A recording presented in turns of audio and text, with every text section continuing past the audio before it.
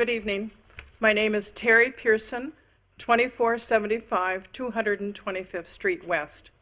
And I'd like to read a letter to the editor that I think goes along with what you've talked about tonight, or at least part of it. This person said, I wish Mayor Joshua Hoyt peace and real healing as he steps away to focus on his mental health. And I mean that. Public service can be brutal, and none of us should pretend otherwise. However, Farmington is still left with a mess, and the rest of us don't get to resign. For years, residents have carried the mental and emotional toll of fighting Tract's enormous data center project, dropped between neighborhoods and treated by this mayor and council like it's no big deal. And apparently, we should suffer for the rest of the community and be silent. We should sit down and pay the ultimate price and accept this poor decision without complaint. We're the ones losing our quiet neighborhoods. We're the ones losing sleep, spending weekends reading research, showing up to meetings, and living with the constant stress and uncertainty. The pressure didn't land on one person, it landed on the entire community.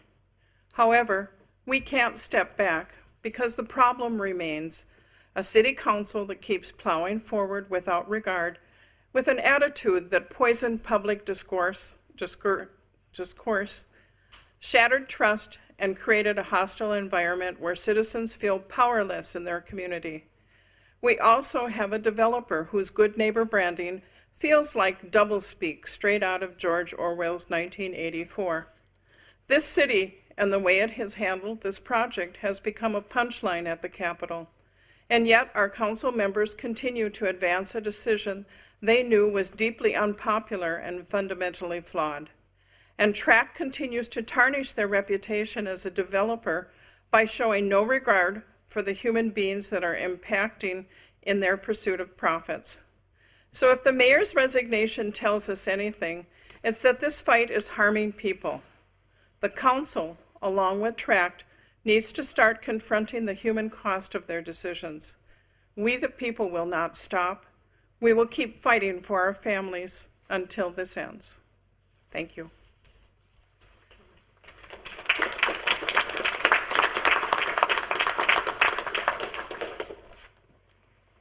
I'm Jeff Schottler. I live at 22420 Calico Court, Farmington. Not sure what to say or where to go. I had a big old argument tonight before I came here. Wife didn't want me to come here and talk to you guys anymore after the last council meeting. I understand that. It had a lot of results, good and bad. We lost our mayor. It's not good for our town. It's not good for you guys. It's not good for us. I think everybody here knows that he's not the sole person that brought this project to us. He might have taken the brunt of it because he stood at the front of that team, though. You know, he held that shield to protect you guys of it. He's a good leader. He brought a lot of good things to this town. He represented it right. He was able to work with council, staff, and residents. Decisions you make have consequences. Not saying that this decision is the reason he's having issues, but if it's one of them, I feel bad too. I do. I don't want anything I ever do or say to make somebody or put somebody in a position like that. I only commented on his situation one time, and that was on the city's page. I truly hope that he's spending time taking care of himself, with family, surround himself with loved ones to take care of himself and do what he needs to do. Maybe he can come back here and lead the city again, give some guidance. We don't all have that option. For me to leave, inherent costs of moving, realty fees, and the interest difference, you're talking $200,000. It's around that. That's a lot. That's my financial future. It's my security. I'm 47 years old. To pull $250,000 out of that now to make sure I come home with the same mortgage or extend my mortgage is huge. That's not the hardest part. It's leaving my neighborhood.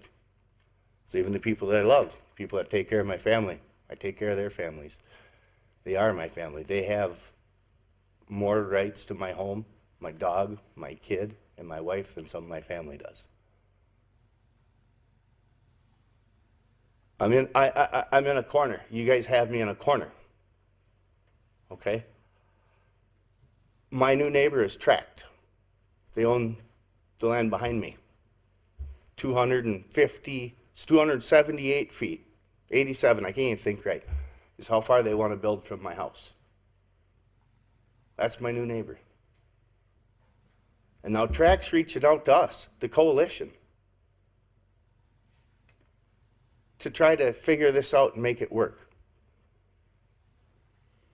Why isn't the city reaching out to us? Why is Tract going to set the rules for this city so that this can come back up to you guys and happen again in another area of this town? Why is Tract trying to negotiate with us? I said no. I don't want to meet with them. They have nothing to offer me. Whatever they offer me, you guys offer me. This is your city. If they want to offer a footage that's safe and acceptable, that needs to come from you and be put in ordinance and zoning, not from them. It's so creepy to have Tract try to get to decide what happens in Farmington and not you guys, our leaders. And yeah, you might not have come up with the plan, you might not have found the developer, you might not have written the contract, and there's 1,000 companies, utilities, commissions making these decisions, but the 5 of you were the ones that had to vote to allow it. Everybody could have said this is beautiful, but you 5 had the rights to vote to allow it. What do you expect me to do when Tract's my neighbor? They're forcing a conversation that I don't want. That's advised by our lawyers that it looks bad if we don't. What am I supposed to do? I'm in a corner. It's going to cost me $250,000 to leave, hours of crying, leaving the people I don't want to leave. What am I supposed to do as a resident here? You understand what you're doing to people? Do you know how people react to this? You want to talk about mental awareness? I don't have a way to leave. This is $250,000 to leave, and leaving people I love for no other reason but the desires of revenue. Does that make sense? I don't know what else to say to bring the reality of you. Think of what people do when you put them in a corner like that. The decisions that are made, the irrational thoughts that happen. I mean, I think about you guys more than I do about work. And how do I get my message to you? Thank you. Thank you, Jeff.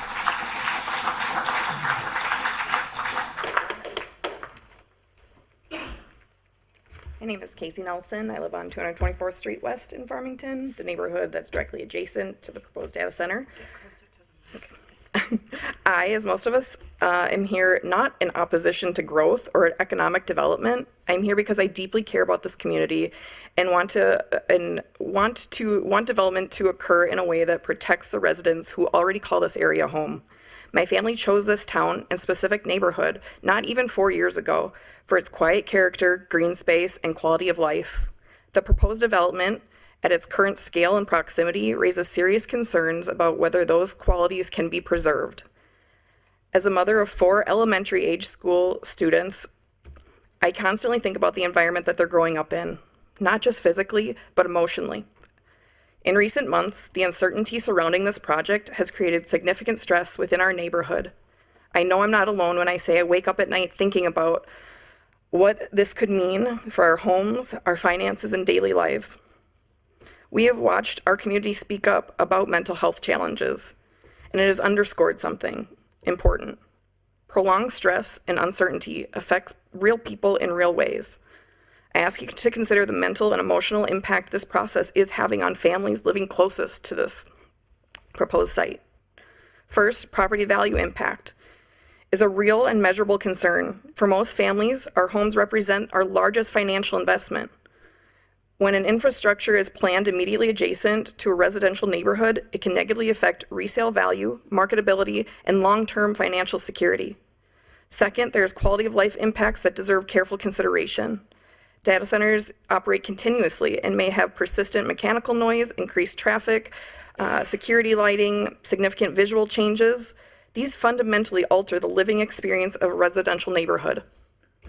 If this project proceeds, I urge the council to require clear enforceable performance standards, including increased setbacks and enhanced landscape buffering, berming, screening, architectural treatments to reduce visual impact, sound reduction measures to mitigate continuous equipment noise, dark sky compliant lighting to prevent nighttime light spillover, traffic routing, and operational controls to minimize disruption.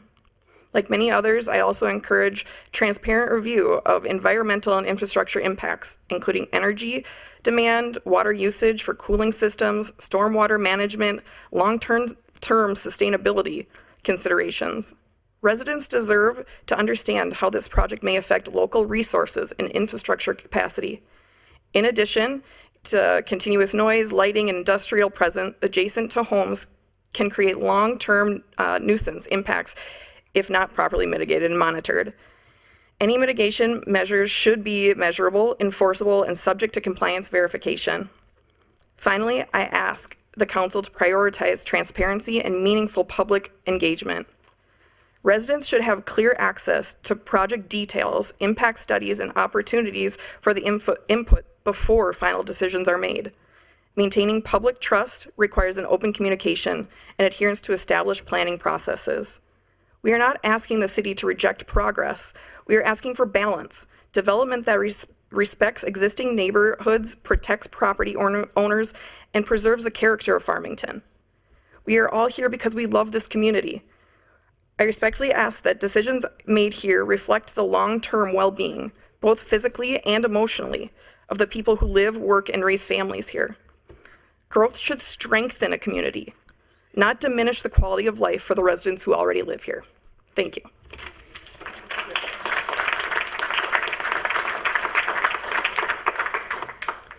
My name's Kathy Johnson. I live at 22280 Bering Avenue. Let's be clear from the start. I'm speaking today because hyperscale data center developers are targeting Minnesota, particularly rural and small residential communities like Farmington, and attempting to insert industrial facilities into places where they simply don't belong. These companies see opportunity in small towns. They see limited state regulation. They see local governments without the technical resources to fully evaluate utility-scale industrial projects. They arrive with enticing promises, tax revenue, permanent jobs, which is not true, and economic transformation. But their two simple requests are what really tell the story. Sign a non-disclosure agreement and guarantee long-term access to your community's domestic water supply. That is not responsible development. That's opportunism.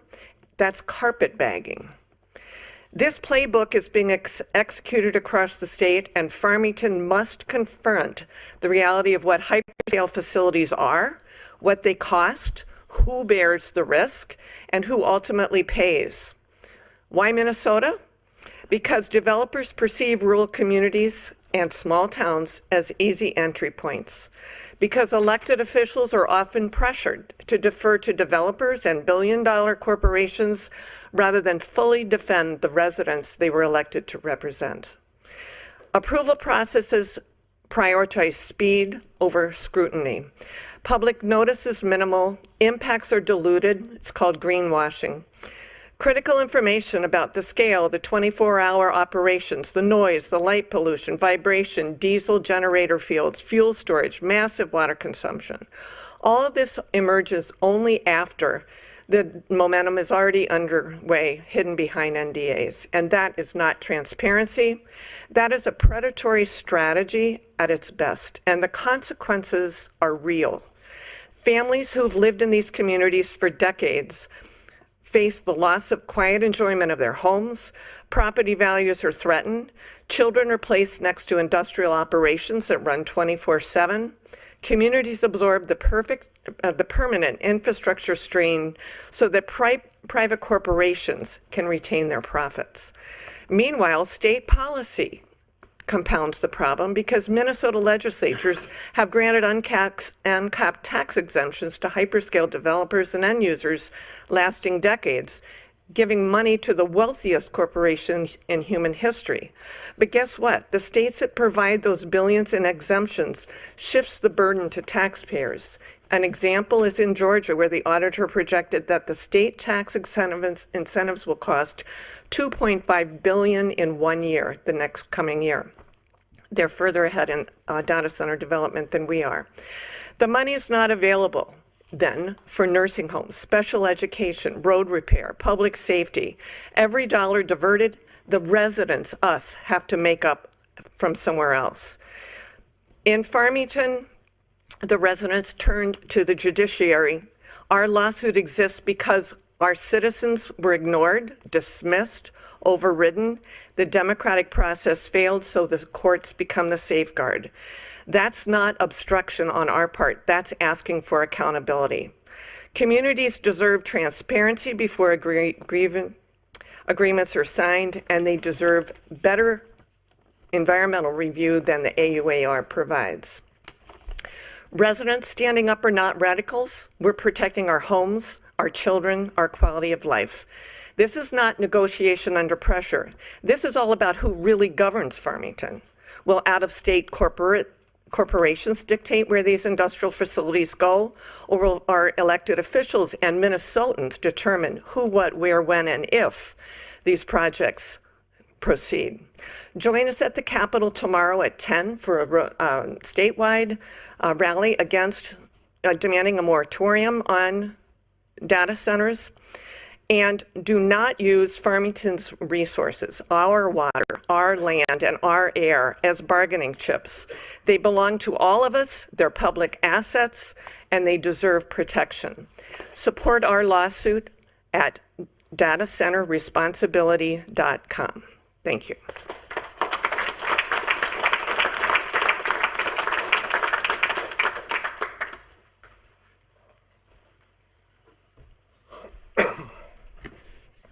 David Pritzloff, 20255 Aiken Road. I'll thank Josh Hoyt for his service. As it's been said many a times, I've been in your shoes. Acting Mayor Nick, I've asked you once before, and this is where it comes off. It has to be more transparent. It has to be more the council looking for taxpayers, looking out for them, and spending the time with them. 2 years ago, when a road project was being done by my house, one person came out and gave me 5 minutes, Nick. That was you. That's all that ever happened out of that. From this podium, I'll speak for myself, but I think it's been echoed by other people here, it's like talking to a brick wall, empty faces, deaf ears. It's just, you have to give the residents your time. I've done it when I was up there. I had a contentious issue when I was up there, which was a school. I had people come up and ask me to resign. You grow thicker skin is what I was told. That's what happens. This, putting the timer on people is not the way to do it. Councilmember Wilson, I think you're the one that said that there was a young gal up here 2 weeks ago. I thought she was petrified. She did a wonderful job of talking to you. But when somebody sits at home and makes a speech and prepares herself and then comes up here and sees a timer, it's like she's standing behind the 8 ball. If she doesn't get done with her speech, it's all over with. This is crap. Get rid of it. More transparency. When I was on the council, I never heard of NDAs. I know what they were, but when it came to the school issue or anything else, that was never the realm of when I was on the city council. Now we have a big thing like this with the data center going on. I know there's at least 3 NDAs signed out there. That's not transparent. That's not for the taxpayers of this town. And it's like, you sign an NDA, you do so much behind the scenes, you lead people down a path so long that you can't say no. And that's where when I was up there, my point was my point from the start to the end. I didn't lead somebody down a dead end road. When it comes up to the design standards of any project, we spent many hours. All that was supposed to be commercial development out there by McDonald's and the clinic out there. You know what we went through? for the designs of that, to protect the Vermilion River because of the trout stream.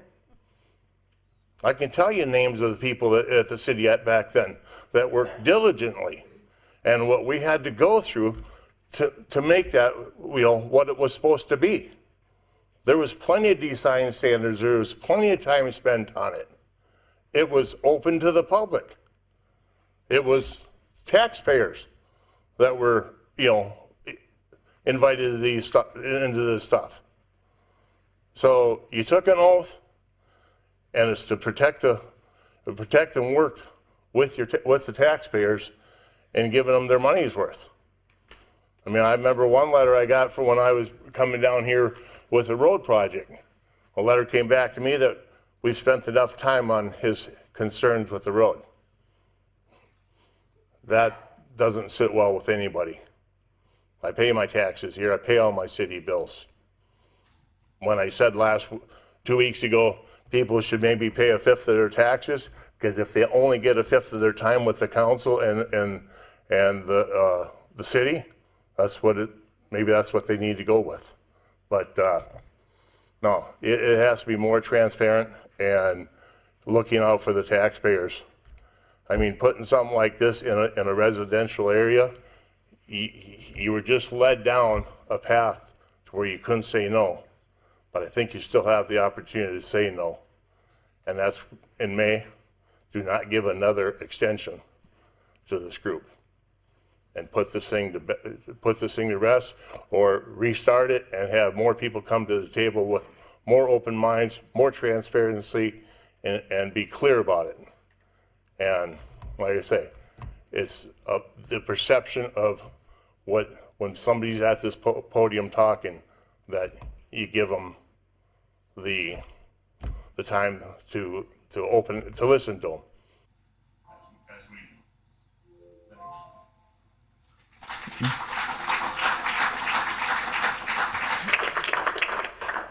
Pardon me, I have a demonstration to give you. I tested it beforehand, but it takes a little bit of time. No worries. It'll be less than that, I believe. My name is Kathy Peregrino. I'm a former resident of Park Place in Farmington. I now live at 17218 Finch Path in Farmington. And what I can tell you is that although I am also a plaintiff on the lawsuit, I also recognize that this data center affects all of our drinking water. It affects our entire aquifer and goes well beyond the boundaries of Farmington.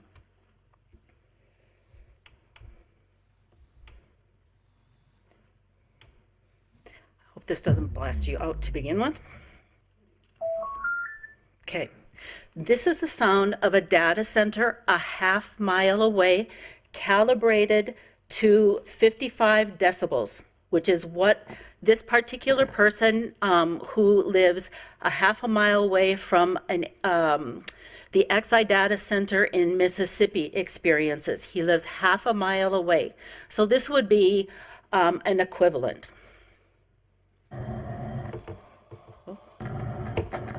It's 11:15 on January 9th. It's raining, or lightly raining out here right now. And the noise you're hearing is from the XI power plant in South Haven, Mississippi.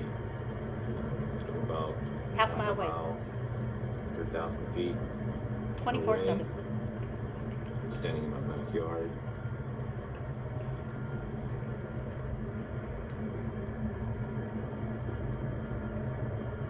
It doesn't end and it goes around Just walls. started in August and just Earplugs levels don't sound like this stop since the sound. the low tone. I hear it in my house. Half a mile away. This would have been me in Farmington, in Park Seen Place. it now. It's $7 million sound wall. Has not helped. So while this goes on, I'm going to ask a few questions. Their next thing, they're going to dump $14 million in Farmington City Council, which I had to kind of Google. what is your plan It's a when noise problems cause anxiety and depression? barrier to mitigate sound. What is your As plan well as they're going to be when you have to deal with noise complaints from residents? should try to help as well. That being said, What is your plan when we have regular brownouts, because the amount of electricity this is going to require is more than the Monticello nuclear plant? What is your plan when we have rolling blackouts? What is your plan when we have water shortages and you hear from the farmers in the area that their wells no longer supply the water that they need for irrigation? What is your plan when the Vermilion River can no longer sustain a trout population that the gentleman before worked so hard to, to revitalize?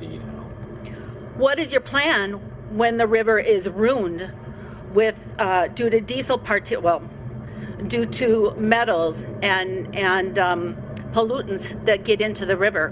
What is your plan when the river temperature is higher than can sustain wildlife? What is your plan when rare cancers appear due to diesel particulates and pollutants? What is your plan when home values plummet? And lastly, whose side are you on? They said the burn, whatever will take that.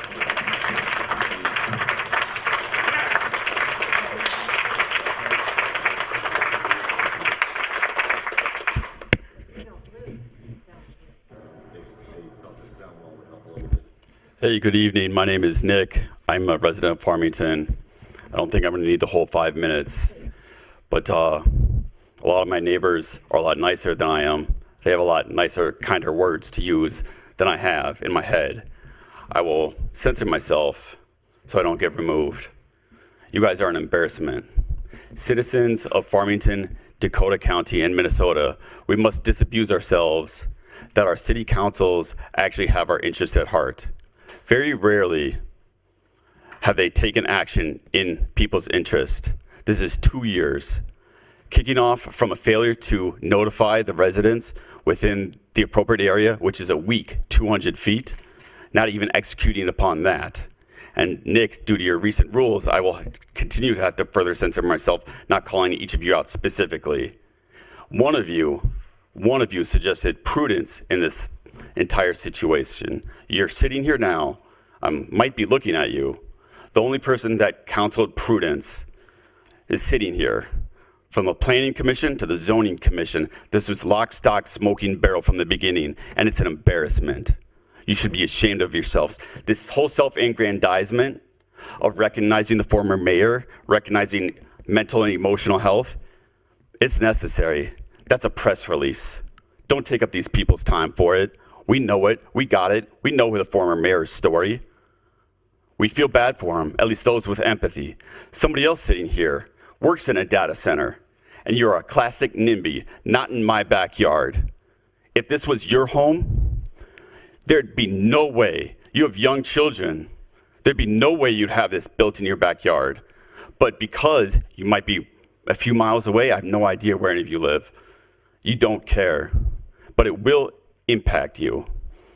It will impact your electricity rates. What are you going to do with the people on fixed incomes when the electricity spikes 200, 300%? Whoever just said back here about our water, it's not Farmington's water. There are like 4 cities and several counties that draw on this aquifer. You're an embarrassment. All of you should resign. Most of you have been looking at your phones or something that's better to do instead of paying attention to who's up here.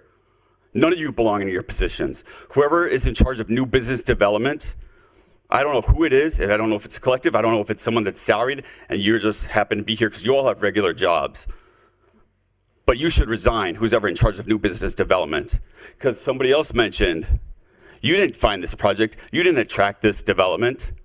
They seek rural communities, suburban to rural communities, to abuse. Why? Because a multinational trillion-dollar corporation can throw a ton of cash around. Either it's your willful ignorance or corruption, either of which are disqualifying factors for you to hold your seats, to hold any of your positions. That's all I have. You're an embarrassment, and you should all resign.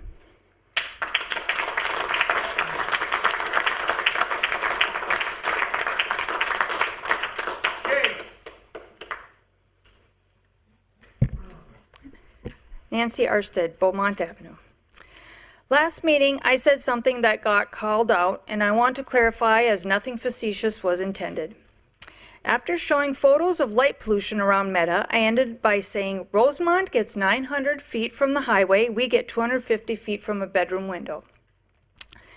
I was speaking in generalities, but the mayor thought I was being dishonest, so I'm going to restate it so it's precise and clear.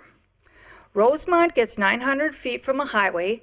We get 250 feet from people's properties where they lay their heads at night, where their kids play in the yard, and where they cook barbecues on a summer day. I hope that makes it sound better. My point was clearly missed. I actually pride myself on saying correct things. When I say this project will use more electricity than the Monticello nuclear plant, you've all heard it, I looked it up first just to make sure, and it's true. When I said Tract sent your city staff talking points, that was true.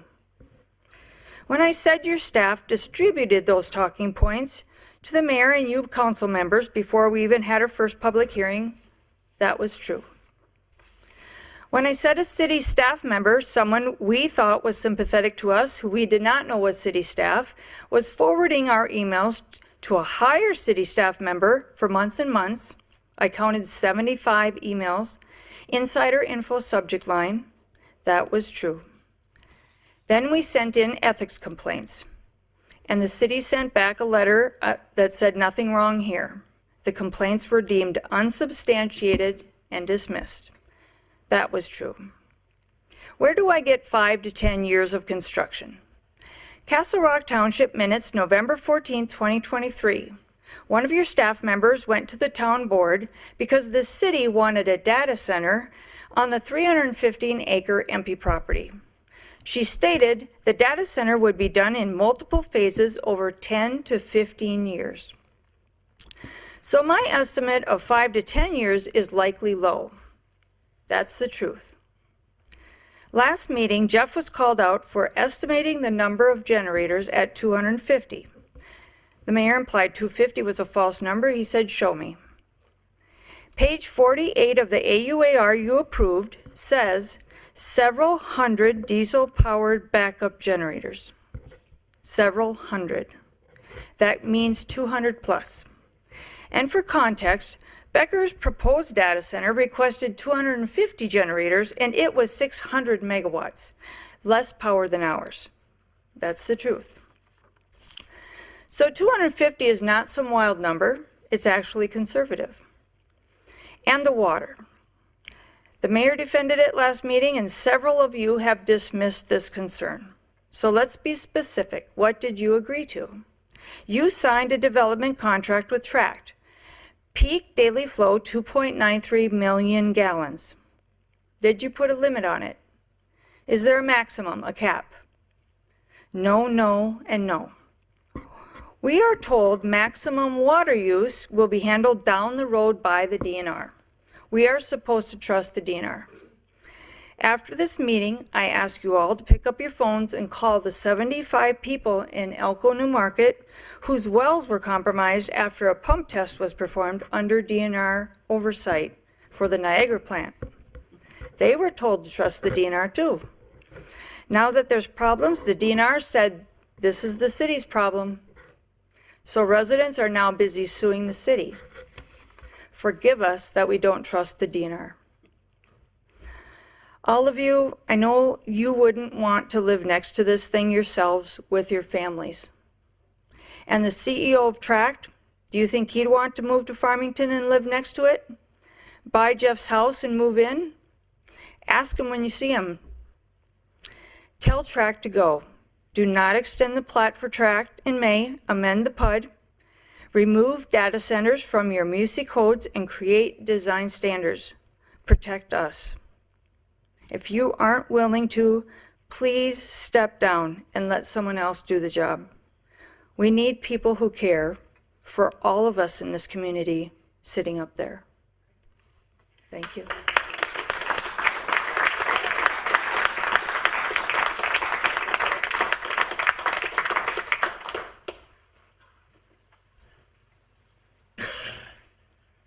All right, I wrote this down. David Seberg, 224th Street West in Farmington. I do not have a 4-year degree or a master's in urban or regional planning, but I did play SimCity a lot when I was a child, and I realized that I did stay at several Holiday Inns growing up as well, so it might make me overqualified to do the city planning job. In the video game from the 90s, they taught you that you can build industrial areas, and your citizens can move towards them because they had a damn choice. Now, once you remove that choice, plop a industrial zone, nuclear plant, whatever else you want to build next to existing residentials, those little Sims, pesky little bastards, would all of a sudden grab pitchforks and start burning the town with red faces. Now, I don't condone that, but I do understand their frustration. Now, why the hell does a game for kids teach us civic planning, and yet our own planning commission and council cannot understand that? It's beyond comprehension that we fail to do that. Now, besides the game, let's just, I wanted to get used to my neighbor, so I used ChatGPT. Asked it a few questions. First question I asked it, where would a data center be if it was 700 megawatts, 250 million gallons of water? Their answer, it's a hyperscale data center. Not a standard data center. Not an outdated code from 10 years ago, whereas 10,000 square feet. So AI is smart enough to know that a data center at 700 megawatts and 250 million gallons is a hyperscale data center. So then I asked it a follow-up question. Where should that be located? Located in heavy industrial. Holy shit, nobody thought that. Designated industrial parks. Areas already hosting power plants, large manufacturing substations, and water treatment plants. Okay. With no additional, just scrolling down a little bit further, it said it should not, I repeat, should not be used in mixed-use commercial, light industrial, or adjacent to homes, or in residential transition zones. So once again, quick ChatGPT tells us heavy industrial, so it knows itself is heavy industrial, and it knows that it shouldn't be next to residential zones. Both have failed on this account. Now, once again, without asking any further questions, it offered up some setbacks, some basic ones. Anywhere from 500 feet to 1,500 feet for a standard sized data center. 50 to 100 feet worth of berms, sound walls, trees with year-round foliage, because in Minnesota we lose it for 9 months out of the year. Now, did a little asterisk, it said for large campuses, 2.5 billion seems kind of large to me. They say it would prefer a quarter-mile buffer. So that's 1,320 feet, not 250. All right, so then they went into best practices. Once again, haven't typed anything else at all. It said, you know what, if there's existing residential neighborhoods and subdivisions, you know what, that buffer should be a half a mile. You know what, you should also ask for a full environmental review, not an AUAR. Full noise study, traffic study, and everything else. Next asterisk it pulled up was that the fire protection requirement may stress smaller municipalities. Interesting that we all of a sudden now have a full-time fire department and an increase in tax rate of 12.9% to support said fire department. Now, was that to protect its citizens, or was it to protect a $1 billion, maybe even $1 trillion investment? I know I'm running out of time here and I have some more stuff to say, but one of you said you're doing it for tax revenue. That's the city. What's the benefit to the citizens? You've already increased our taxes 12.9% to help support the fire department. Now, what will benefit it? Will our taxes decrease? Or are you spending the money before you actually have it? Track record proves you're probably already spending it. Now, with that being said, Dakota County Electric said we could support the bandwidth of 700 megawatts. Yet 2 weeks ago or 3 weeks ago, whenever it was, can you please conserve energy? We're having a tough time supplying power when it's freezing cold outside. Oh, shit, don't mind us. Ignore when it's 100 degrees in the summer and everybody's running their AC. We can ignore that. Just forget that. So, add some other stuff, but we're talking about mental health. Okay. I wish Josh the best. He needs to focus on his health and make sure he gets the need care and he wants. What about the rest of us in here? I have a 9-year-old and a 5-year-old at my house. What about their mental health? What about mine? Does that not matter?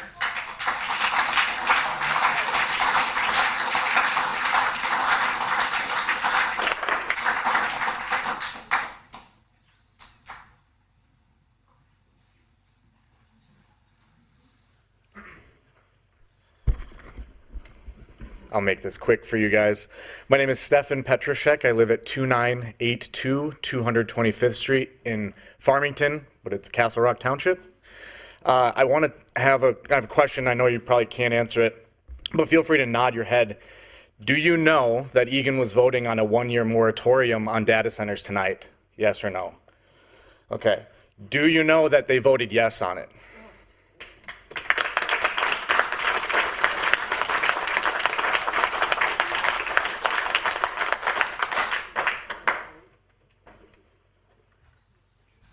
Anybody else tonight?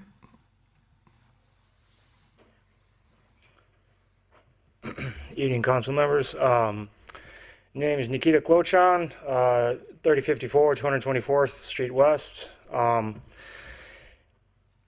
It's nice to see that you guys have some compassion when you were talking about our former mayor. And it's cool to hear all the stories of your guys' hard work and his hard work and all that. It just gets me really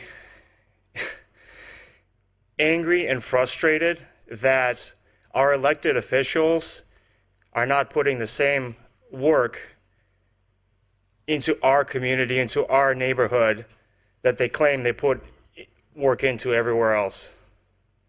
That's extremely frustrating. You talk about hostility, right? Well, I'm sorry. We've been here. We've been coming to these meetings for the last 18 months, as you guys say. We've been pleading with you, our elected officials, right? You're not a corporate board. You're nothing like that. You're elected by us. And what do we get? We have a lawsuit. So we're essentially suing ourselves and wasting our taxpayer money to protect the decision that you guys made. I don't see that as a good use of my tax money. That is extremely freaking frustrating. It's good to see you have compassion. You really need to show compassion for what we have. I don't see you lining up to rezone your neighborhoods into an industrial location. Thank you.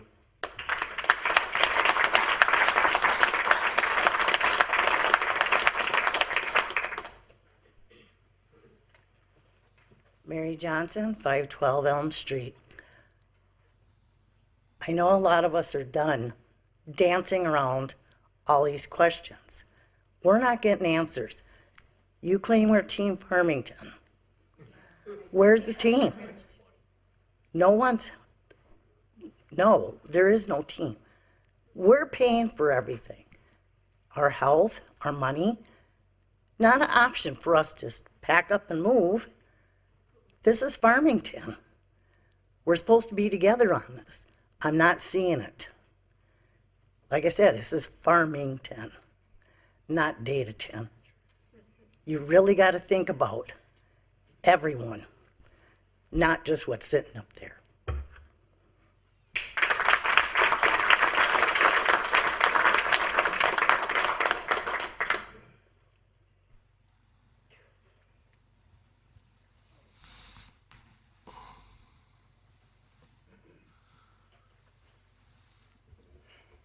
Nate Ryan, I'm a resident of Farmington. I've got a few things to say tonight. One of the things I'd like to start out with is revisit that moratorium talk. I know that Egan just passed one, but there's a few more details. They didn't do a blanket moratorium. They didn't say no data centers. They did say if they're 500 feet setbacks or more, so if it impacts residential areas within 500 feet, then it has a moratorium. If it's 500 feet or more, come build your data center in Egan. If it's 20 megawatts or less, come build your data center in Egan. They want it. And that's the power of what you have the opportunity to do now by enacting a moratorium. You can it's not a blanket moratorium as no data centers. And that was never my request. I'll remind you all again, I'm for data centers. It would be great to have them in Farmington. I don't share some of the same environmental impacts. I do encourage you in that moratorium to then be able to take time and update your city code. Using a definition of a data center from 2015 is ridiculous. We all know that this is a hyperscale data center. We all know that this is industrial. AI knows it. And if AI is that smart and it's telling on itself, don't you think that AI would want to hide it? Right? Don't you think they want to add more AI? Right? Come on, guys. You have an opportunity. You can enact a moratorium. Yes, you're likely to get sued by Tract, a national billion-dollar corporation. Which is better, to get sued by them or to fight for your citizens? I know that the lawyer said earlier, I would never recommend something that, to get us sued. I can tell you tonight in your work session she did. I'll let you figure that out. But what I can say is that you're going to get sued by someone. And the only reason you get sued by Tract is because they outsmarted you. They did a better job at negotiating and getting what they want. And you were unprepared, woefully unprepared to negotiate with them. You're worried because you got yourself into a bind. And a moratorium is a way out of that bind. A moratorium for data centers larger than 100 megawatts. Imagine if you had to come back and say, gosh darn it, you know what, guys? Our moratorium says 500 feet, so we got you a bigger setback of 500 feet. And instead of a 700 megawatt, they agreed to just do the 100 megawatt because they want to get it done. There is a race that we're under. We're under this tech AI race. They don't want to go through more lawsuits. They don't want it held up in court. They want clear parameters of how they can get this data center done. They want that. They want those clear parameters. And by allowing and having a moratorium take effect before you potentially not allow them, or if they agree to renew under the moratorium terms in May, that's even better. And your chances of lawsuits go down. Are they nil or are they zero? No, they're probably not nil. They're probably not zero. But it allows you.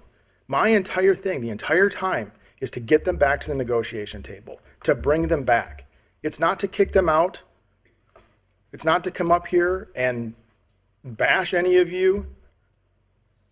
Although I do think your t-shirt is wrong. So, we are Team Farmington. Yes, you work for the city of Farmington. We, the residents. Without us, you don't exist. Your council seat doesn't exist. Her position doesn't exist. Her position doesn't exist. Their positions don't exist. It happens from a growing population. The former mayor talked consistently about needing more commercial industrial space in Farmington because the tax burden is so great on its individual residents. What did you do last meeting? You took away commercial space that had been zoned that way and you turned it into residential. That is hypocritical. At its very least, it's hypocritical. I'm out again to say, please complete a moratorium. We know that this does not belong in MUCI. If you so understanding that these other, as you put it, government entities are going to protect us, then why not zone it industrial? Then why not have it go through all those? And to say that you're not the ones who are ultimately responsible, B as in B, S as in S. You are the RGU. You are ultimately responsible. The RGU in every single document that the DNR puts out or anything else refers to the RGU, and that is you. And if you're confused about that, please step down and let somebody else get up there who understands what they're doing.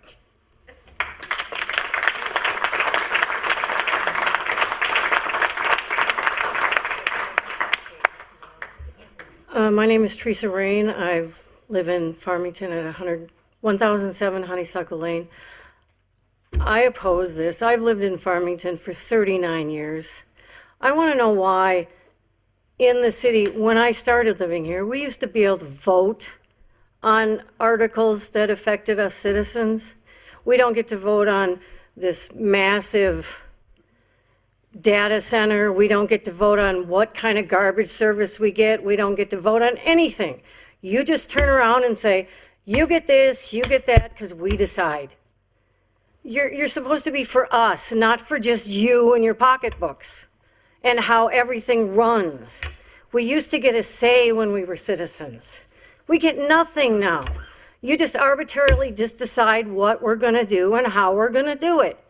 Where is our choices? You were supposed to be for us, not for your pocketbooks, not to stand up there and say, look how good we are, look what we've done. You're supposed to be listening to us that voted for you, not for somebody to pat on the back or get a pat on the back. You're supposed to be for us, all of you.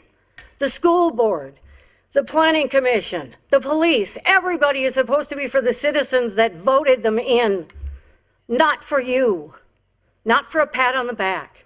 I'm tired of not getting a say about anything in my, you took away our cleanup and you gave us, oh, it's too expensive. It's a lot cheaper than it used to be. I mean, people used to be able to get cleanup for all this stuff that was left over. Most of the time, people would come through and pick up more stuff than the garbage people would pick up. There was a lot less for them to pick up, and you use the excuse it was too expensive. That was ridiculous. I saw more people picking up than the trash people. I'm done. I think this is absolutely ridiculous. The one meeting I came to, you said, well, if it was in my backyard, I wouldn't vote for it, but you did. You all live in the north part of the city and it doesn't affect you. But if you live down here where the rest of us live, and the other thing that was said was, well, if you don't like it, move. Well, I've lived here for 39 years. I can't afford to move. I'm on a single income, everything that I can to live in the house that I've lived in for 39 years. So tell somebody else that has big bucks to move. You live in a richy neighborhood in the north. Why don't you come down here and live? And then tell somebody to move. I'm done with this.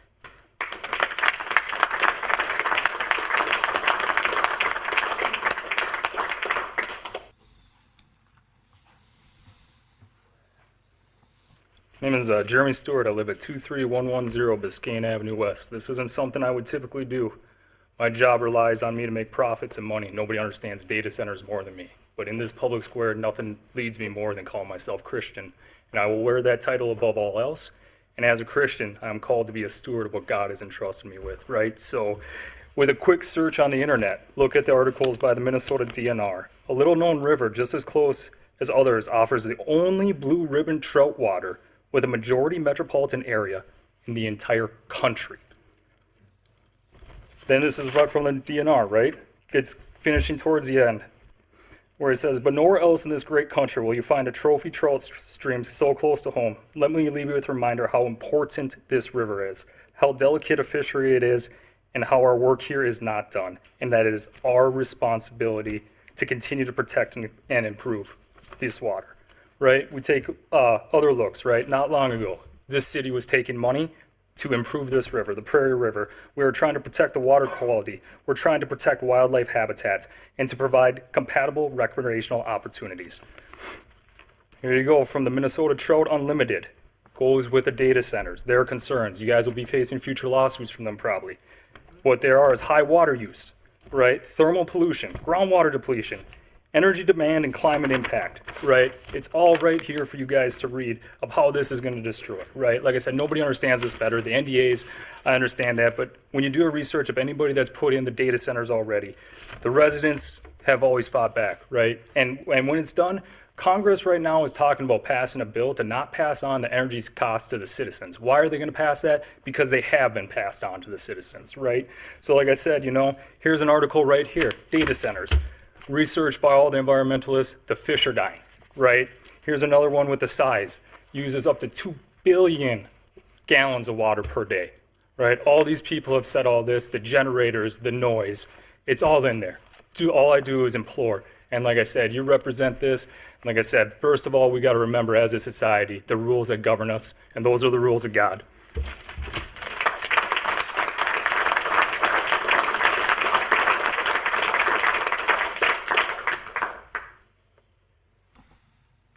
Scared to ask. Anybody else?